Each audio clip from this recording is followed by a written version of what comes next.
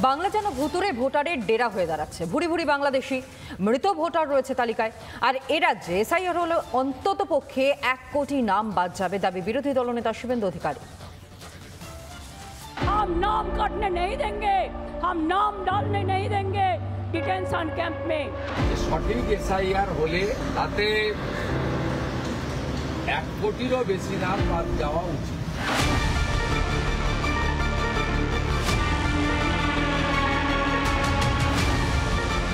বাংলায় নাকি কারো নাম কাটতে দেবেন না, এসআইআর হতে দেবেন না, দাবি করেছিলেন মমতা বন্দ্যোপাধ্যায়। মমতার ওজোর আপত্তি উড়িয়ে দিয়ে বাংলায় বসে দফায় দফায় এসআইআর প্রস্তুতি বৈঠক করছে জাতীয় নির্বাচন কমিশন। এসআইআর সামনের সপ্তাহে হতে চলেছে এবং 3 মাসের মধ্যে এসআইআর শেষ হবে। এসআইআর শেষ হবার 3 মাসের মধ্যে নির্বাচন হতে চলেছে। অলরেডি নির্বাচন কমিশন বলে দিয়েছে। প্রস্তুতি বৈঠকের মাঝেই বিস্ফোরক দাবি করলেন শুভেন্দু অধিকারী। সঠিক এসআইআর হলে গত 10-12 বছরে বাংলাদেশের মুসলমান যেভাবে ঢুকেছে, আটাতারের বেড়া না থাকার ফলে তাতে 1 কোটিরও বেশি নাম বাদ যাওয়া উচিত। কিভাবে অস্বাভাবিক হারে ভোটার সংখ্যা বৃদ্ধি হয়েছে বাংলায়, সেই হিসেবও তুলে ধরলেন বিরোধী দলনেতা।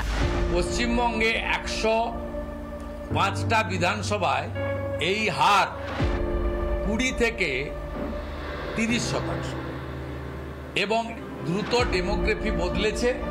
হিন্দুদের সংখ্যা কমেছে, মুসলমানদের সংখ্যা বেড়েছে এবং মূলত উত্তর 24 পরগনা, দক্ষিণ 24 পরগনা, নদিয়া, মুর্শিদাবাদ, মালদা, উত্তর দিনাজপুর, দক্ষিণ দিনাজপুর, কোচবিহার, জলপাইগুড়ি এই জেলাগুলিতে এই ভোটার এবং আলিপুরদুয়ার অলসো ভোটারগুলো বৃদ্ধি সংখ্যাটা বেশি।